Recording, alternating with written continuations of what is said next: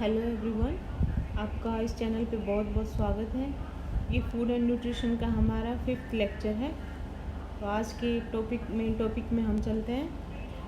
हम आज एंजाइम से स्टार्टिंग कर रहे हैं। एंजाइम्स में बहुत ज़्यादा नहीं पूछते हैं क्वेश्चन में, तो आपको जो मैंने हाईलाइट कर रखा है वो उसके बारे में मैं थोड़ा थोड़ा बता देती हूँ।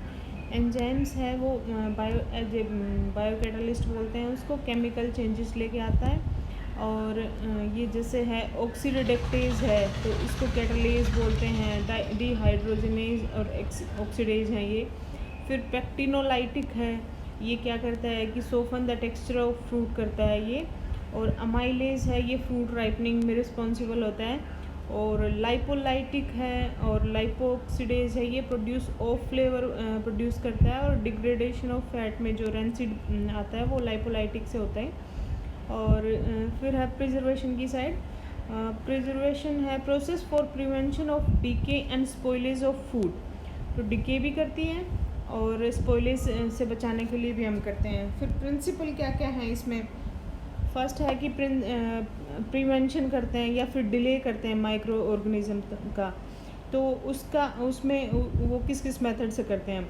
तो फर्स्ट है एसेप्सिस, मतलब माइक्रो ऑर्गेनिज्म को आने ही मत दो इसमें, तो उसको कीपिंग आउट मतलब छान दो या फिर और मतलब किसी कपड़े से या छलनी से उसको छान के रख दो। फिर है फिल्ट्रेशन, वो इसमें रिमूवल कर दिया, जैसे ये अपनी ओस्मोसिस वाला प्रोसेस होती है, ओस्मोसिस नहीं सॉरी, जो आरओ का सिस्टम है, जो मशीन्स होती हैं उस टाइप से।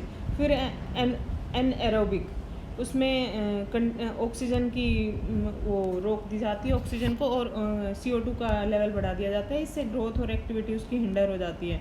फिर हाई टेम्परेचर, उसमें किल कर देते हैं डायरेक्टली। तो ये तो प्रिवेंशन और डिले का है। फिर नेक्स्ट में चलते हैं। एनारोबिक में आ जाता है कार्बोनेशन भी आ जाता है उसमें। O2 को CO2 कर देते हैं, तो CO2 से H2 हो जाएगा और CO2 अलग कंबाइनेशन हो जाएगा। तो इसमें H2CO3 का यूज़ करते हैं। फिर ऑयल्स भी यूज़ कर लेते हैं एनारोबिक कंडीशन के लिए, उसमें भी उनको ऑक्सीजन कम मिलती है। फिर हाई टेम्परेचर पे कैनिंग करते हैं। इरेडिएशन, डायरेक्ट क्वेश्चन यही पूछ लेते हैं कि किस किस से हम कर सकते हैं इसको प्रिजर्व कर सकते हैं। तो डायरेक्टली प्रिवेंशन करके एसेप्सिस क्या इसका वो है प्रिजर्वेशन का मेथड है, फिल्ट्रेशन एनारोबिक कंडीशन से हाई टेम्परेचर से, ऑप्शन यही डायरेक्ट दे देते हैं। फिर है कि हाई टेम्परेचर में क्या कैनिंग है, रेडिएशन है, तो ये इसमें अल्फा बीटा गामा ये इलेक्ट्रोमैग्नेटिक रेडिएशन का यूज़ करके इसको प्रिजर्व करते हैं। फिर है प्रिवेंशन और डिले द सेल्फ डिकम्पोजिशन, उसमें क्या करते हैं, डिले में ब्लांचिंग कर दिया, जैसे अपर लेयर है उसमें माइक्रो ऑर्गेनिज्म रहते हैं, तो उसको हम ब्लांच कर दिया वाटर में लेके, और जैसे पोटैटो का हुआ, एग का हुआ, तो उसकी सेल को रिमूव कर देते हैं। फिर एंटीऑक्सीडेंट का यूज़ करके delay non enzymatic chemical reaction against deterioration caused by expose to air, तो उसमें ये BHA कर दिया, BST ये पूछ लेते हैं, BST है ये एंटीऑक्सीडेंट है या नहीं है, आर्टिफिशियल एंटीऑक्सीडेंट है ये। टोकोफिरोल है, विटामिन E भी एंटीऑक्सीडेंट है, आपको पहले ही बताया। एस्कॉर्बिक एसिड है। फिर लैक्टिक एसिड भी, ये इसको ज़्यादातर सोचते नहीं है, कैंट फ्रूट में यूज़ होता है। और फॉस्फोरिक एसिड है, ये वेजिटेबल ऑयल्स वगैरह में, तो ये ध्यान रखना है इसमें। और फिर है preservation of fruits and vegetables की मेथड क्या क्या है उसके। तो एक तो है बैक्टीरियोस्टैटिक, एक बैक्टीरियोसाइडल जो मतलब किल कर देता है, और ये स्टैटिक कर देता है, उसको रोक देता है, मतलब ग्रोथ को आगे नहीं बढ़ने देता, और ये डायरेक्टली किल कर देता है इसमें। फिर है ड्राइंग है, बैक्टीरियोस्टैटिक में drying, chemical preservation, low temperature, use of food additives, और इसमें है pasteurisation, cooking, canning, irradiation, sterilisation. इसमें यहीं पे डायरेक्ट क्वेश्चन, आगे भी मैं एक्सप्लेन कर रही हूँ, लेकिन यहाँ पे डायरेक्ट क्वेश्चन ये बन जाएंगी, ये बैक्टीरियासाइडल है या बैक्टीरियास्टैटिक है। तो ये जो पांचों मैंने बताई हैं, पास्चराइजेशन है, कुकिंग है, कैनिंग है, ये सारी बैक्टीरियासाइडल है, इसमें डायरेक्टली किल हो जाता है माइक्रो ऑर्गेनिज्म वो। तो बैक्टीरियोस्टैटिक में क्या करेंगे, ड्राइंग कर देंगे अनकंट्रोल कंडीशन में, जहाँ भी धूप में भी या जैसे भी, by heat sun drying, mechanical freeze से या फिर वैक्यूम में। और फिर ये फ्रीजिंग में first frozen then water is removed by vacuum and heat, ये फ्रीज है। फिर binding moisture use of sugar and salt का कर दिया, जैसे प्रिजर्वेशन में कर देते हैं हम और अचार वगैरह में। Reduce solubility of O2 by osmotic pressure. फिर use of chemical preservative class 1, class 2। Class 1 जो हमारी डेली किचन में नॉर्मल मिलते हैं, सोल्ट हो गया, शुगर हो गया, डेक्सट्रोज हो गया, स्पाइसेस हो गए, विनेगर हो गया, एस्कॉर्बिक एसिड हो गया। फिर क्लास 2 है जो जिसमें हल्का फुल्का हम केमिकल यूज़ करते हैं, बेंजोइक एसिड हो गया, इसके सोल्ट्स हो गए बेंजोइक एसिड के, SO2 हो गया, सोर्बिक एसिड हो गया, लैक्टिक एसिड हो गया और उसके सोल्ट्स हो गए। फिर है सोडियम मेटाबाइसल्फाइड, ये भी यूज़ होता है, ये आर्टिफिशियल है, SO2 रिलीज़ करता है, कलरलेस होता है और बेस्ट फॉर मोल्ड कंट्रोल होता है। Not use in tin contain, क्योंकि इसमें वो छेद कर देता है ये अगर हम कैनिंग में या उस प्रिजर्वेशन में यूज़ करते हैं तो। और इसकी PPM है, ये कोई ज़रूर नहीं है। सोडियम बेंजोएट है, इफ़ेक्टिव अगेंस्ट ईस्ट के अगेंस्ट में इफ़ेक्टिव है, कलर्ड फ्रूट के लिए, और डिले फॉर्मेशन कर देता है, फर्मेंटेशन कर देता है ये। और ये PPM है जो भी है, छोड़ो इसको। फिर है एडिटिव्स में शुगर है 60 to 70% करते हैं, जैम, जेली, मार्मलेड में एस्मोसिस का काम करता है ये। फिर ऑस्मोसिस में मतलब डायरेक्टली उसका जो इनर वो होता है, वाटर होता है, उसको बाहर निकाल देता है और उसमें फिर अनएरोबिक कंडीशन से हो जाती है उसके लिए। सोल्ट है 15 to 20%। प्रिजर्वेशन में आपको ध्यान रखना है, कैनिंग में कम होता है लेकिन प्रिजर्वेशन में हाई रहता है इसका परसेंटेज। फिर इनहिबिट सोल्ट क्या करता है, इनहिबिट एंजाइमेटिक ब्राउनिंग, डिस्कलरेशन और एंटीऑक्सीडेंट होता है। एक्ट बाई ऑस्मोसिस, ये भी यही है कि उसका जो फ्रूट्स का या वेजिटेबल्स का पानी बाहर निकाल देता है और एक्ट एज ए ऑस्मोसिस करता है, उसको प्रेशर बना देता है, फिर अंदर वो माइक्रो ऑर्गेनिज्म नहीं जा पाते हैं। फिर एसिड्स हैं, acid control the pectic gel formation and produce fermentation करते हैं ये। एसिटिक एसिड है, विनेगर हो गया, सिट्रिक एसिड, लाइम जूस हो गया, लैक्टिक एसिड, लैक्टोज हो गया। तो जनरली आपको बस नाम याद रखने हैं कि एसिड में कौन कौन से क्या। Acetic acid as a preservation use किया जाता है, कि लैक्टिक एसिड है वो as a preservation. Lactic acid जो हमारा ये दूध को जमाते हैं, दूध से दही बनाते हैं, ये वाला। और फिर स्पाइसेस हैं, ये आपको पता ही है। यूज़ ऑफ लो टेम्परेचर है, not permanent method, sealer storage हो गया, अबव 15 डिग्री सेंटीग्रेड, इस पे रेफ्रिजरेट कर देते हैं हम, जैसे नीचे फर्श ज़मीन के नीचे बना देते हैं उसको, तो प्याज, पोटैटो, ये वाली चीज़ें हम यहाँ पे रेफ्रिजरेट करते हैं।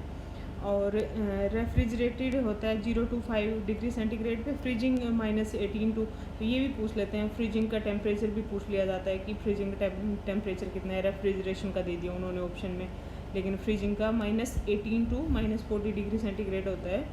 और फिर है बैक्टीरियासाइडल मेथड आ गए हैं हम किल करने वाले। पास्चराइजेशन है, लो टेम्परेचर हाई टाइम, तो 63 डिग्री सेंटीग्रेड फॉर 30 मिनट्स, और ये फ़ारेनहाइट में है ऐसे। और high temperature short time 72 degree for 15 second. ये याद रखना है, बार बार ध्यान रखना है इस चीज़ का, ये क्वेश्चन में बहुत आता है। फिर अल्ट्रा टेम्परेचर शॉर्ट टाइम, ये है इसमें 83।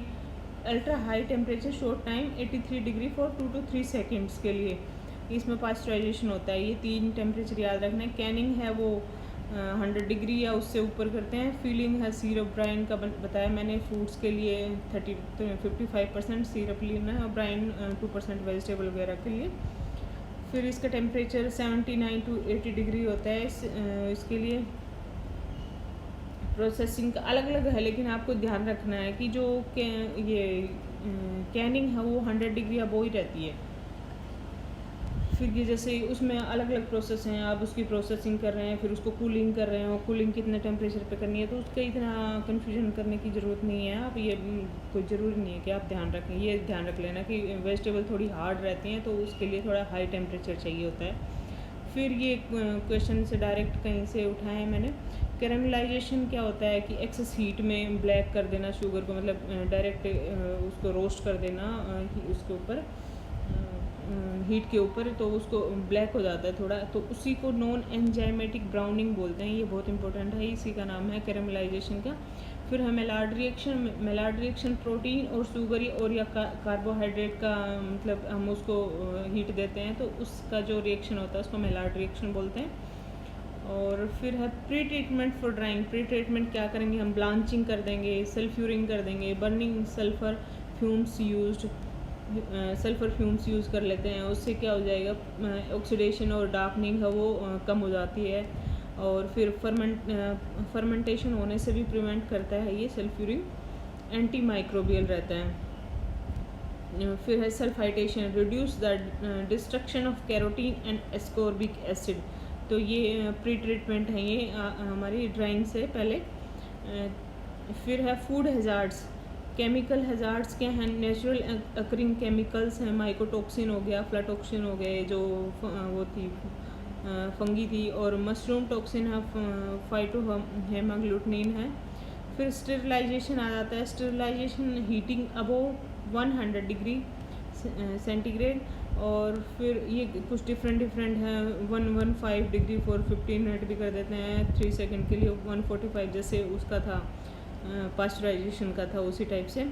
Fruits and tomato produce should be heated at 100 degree for 30 minutes. तो ये ध्यान रख लेना। वैसे इतना ARS में हो सकता है उनका लेवल चला जाए इतना, लेकिन UGC में शायद नहीं पूछेंगे इतना हाई फाई।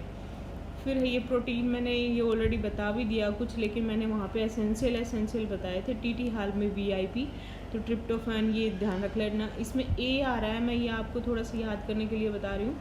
ये घास कैट गैप ये बोला जाता है इसको। फिर तो इसमें ये है कि भाई इसमें कन्फ्यूजन ना हो जाए, कहीं एलिन से होता है तो इसको ध्यान रख लेना। आर्जिनिन है ये एसेंशियल है। और बाकी इसको याद कर लेना, ये फॉर्मूला बता दिए। कुछ प्रोटीन है, प्रोटीन जैसे कॉन्जुगेटेड में न्यूक्लियोप्रोटीन हो गया, मतलब 2 उसका मिला हुआ है जो क्रोमोप्रोटीन हो गया, फोस्फोप्रोटीन हो गया, मिल्क में मिलता है, माइकोप्रोटीन ये मीट वगैरह में मिलता है, ग्लाइकोप्रोटीन है। फिर डेरिवेटिव प्रोटीन है, डीनेचुरेशन होती है उनमें, फाइब्रिन से फाइब्रोनोजन हो जाएगा, या फिर मतलब यहाँ पे ये हीट प्रोवाइड करें या हम कुछ अदर सोर्स प्रोवाइड करें तो उसको फाइब्रोजन हो जाएगा, मायोसिन और माइसिन हो जाएगा। फिर ये कुछ टर्म्स है, डायरेक्ट क्वेश्चन में अलग अलग जगह से आई हूँ, अलग अलग जगह पे आई होंगी, मैंने एक जगह पे लगाने की कोशिश की है इनको। प्रोटीन है वो बर्जिलियस ने दी है, एंजाइम्स हैं वो कोन्स ने दिया है, विटामिन है वो फंक ने दिया। तो इनको नोट डाउन कर लेना एक जगह पे। आपको पूछ लेते हैं कि ये किसका, ये विटामिन है ये किसकी टर्म्स किसने गिवन है ये। फिर कुछ ये डायरेक्ट क्वेश्चन है, ये कुछ CD में भी आ जाते हैं और FN में, दोनों में चलता है ये, क्योंकि जो थेरेपेटिक न्यूट्रिशन वाला पार्ट है वो इसमें पूछते हैं, और जो सिस्टम्स वगैरह जो डिजीज़ वगैरह हैं वो उसमें CD में भी चलता है। तो ये इकट्ठे हैं। BCG है वो ट्यूबरकुलोसिस के लिए यूज़ होता है। DPT है वो डिप्थीरिया, पेट्यूसिस और टेटनस, जो पेट्यूसिस है वो वूपिंग कफ भी बोला जाता है उसको। फिर गामा ग्लोबुलिन को एंटीबॉडीज़ कहते हैं। सिस्टोलिक और डायस्टोलिक ये भी प्रेशर पूछ लेते हैं, ब्लड प्रेशर का है ये। सिस्टोलिक हाई प्रेशर होता है जैसे 120 mmg, डायस्टोलिक है वो कम होता है 80 mmg। और फिर ये मैंने HB की एक जगह पे नोट डाउन किया हुआ है, नॉर्मल रेंज बताई हुई है। जैसे मैन में है 13.5 to 18 ग्राम पर 100 ml, वीमेन में 11.5 to 16.5 ग्राम पर 100 ml, इन्फेंट्स में 13.6 to 19.6 ग्राम पर 100। तो ये नॉर्मल रेंज है, ये आपको ध्यान रखनी है, ये भी पूछते हैं। फिर हार्ट बीट और पल्स रेट, तो 72 पर मिनट ये हार्ट बीट होती है, पल्स रेट भी सेम से 70 to 90 होती है। इन्फेंट्स का हार्ट रेट है वो ज़्यादा होता है, 100 to 140 है, तो ये आपको नोट डाउन कर लेना है। टेटनी है वो कैल्शियम की कमी से होती है। इंसुलिन है वो बीटा सेल्स में पाया जाता है, और ये क्या करता है, ग्लूकोज की मात्रा कम कर देता है ब्लड में। इंसुलिन हम प्रोवाइड करते हैं, तो जैसे उस डायबिटीज़ पेशेंट को प्रोवाइड किया जाता है तो वो कम कर देगा, इसलिए डायबिटीज़ में हेल्पफुल होता है। फिर ग्लूकागोन है ये ऑपोजिट काम करता है, ये बीटा सेल्स में मिलता है, ये क्या करता है, ये बढ़ा देता है। तो ये इंसुलिन को रोकता है, मतलब एंटी इंसुलिन क्या है, ग्लूकागोन है ये। फिर है ये कुछ हार्मोन्स हैं, प्रोलैक्टिन है, मिल्क सिंथेसिस हार्मोन बोला जाता है। ऑक्सीटोसिन है ये बर्थ हार्मोन बोला जाता है, मिल्क स्टिमुलेट करता है। और सिंथेसिस और स्टिमुलेट में थोड़ा ध्यान रखना है आपको, ये सिंथेसिस करता है और ये स्टिमुलेट करता है ऑक्सीटोसिन। फिर है ये थायराइड, जो लार्जेस्ट एंडोक्राइन ग्लैंड मानी जाती है ये, ये भी इम्पोर्टेंट है, ये ध्यान रख लेना। ग्लैंड का ही पूछ लेते हैं कि लार्जेस्ट कौन सी है। फिर आयोडीन डेफिशिएंसी से क्रिएटिनिन होगा, गोइटर हो जाता है। ओवरी में कौन कौन से हार्मोन होते हैं? एस्ट्रोजन होता है, प्रोजेस्टेरोन प्रेगनेंसी के दौरान आता है। टेस्टिस में टेस्टोस्टेरोन होता है। फिर ये आरएस फैक्टर का बताया हुआ है मैंने। आरएस फैक्टर अगर मदर नेगेटिव है तो अगर बेबी पॉजिटिव मिल जाता है तो फर्स्ट में तो ठीक है, इंजेक्शन से वैसे चल जाता है, लेकिन सेकंड में चांसेस हो जाते हैं कि डेथ के। लेकिन आजकल थोड़ा सा इलाज का चल रहा है, पर ध्यान रखना है कि ये पॉजिटिव नेगेटिव का, नेगेटिव मदर है तो पॉजिटिव बच्चा है तो डेथ होने के चांसेस रहते हैं।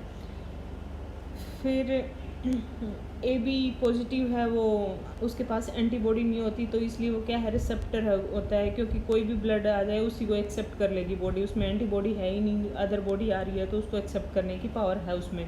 फिर ओ नेगेटिव है, उसके अंदर नो एंटीजन होता है, तो वो डोनर माना जाता है, क्योंकि उसके पास कोई जीन ही नहीं है, तो फिर वो उसको कोई ज़्यादा नुकसान नहीं करता है, इसलिए ओ नेगेटिव है वो यूनिवर्सल डोनर बोला जाता है। फिर एंटीजन क्या है, फॉरेन बॉडी है, वायरस और जो बैक्टीरिया वगैरह। एंटीबॉडीज़ क्या होती हैं, जो कि किल और इंजेस्ट करती हैं एंटीजन्स को, प्रोड्यूस बाय बीटा लिम्फोसाइट्स, ये इससे प्रोड्यूस होती हैं। तो आज के लिए थैंक यू वेरी मच। सुनते रहिए वीडियो और मोटिवेशन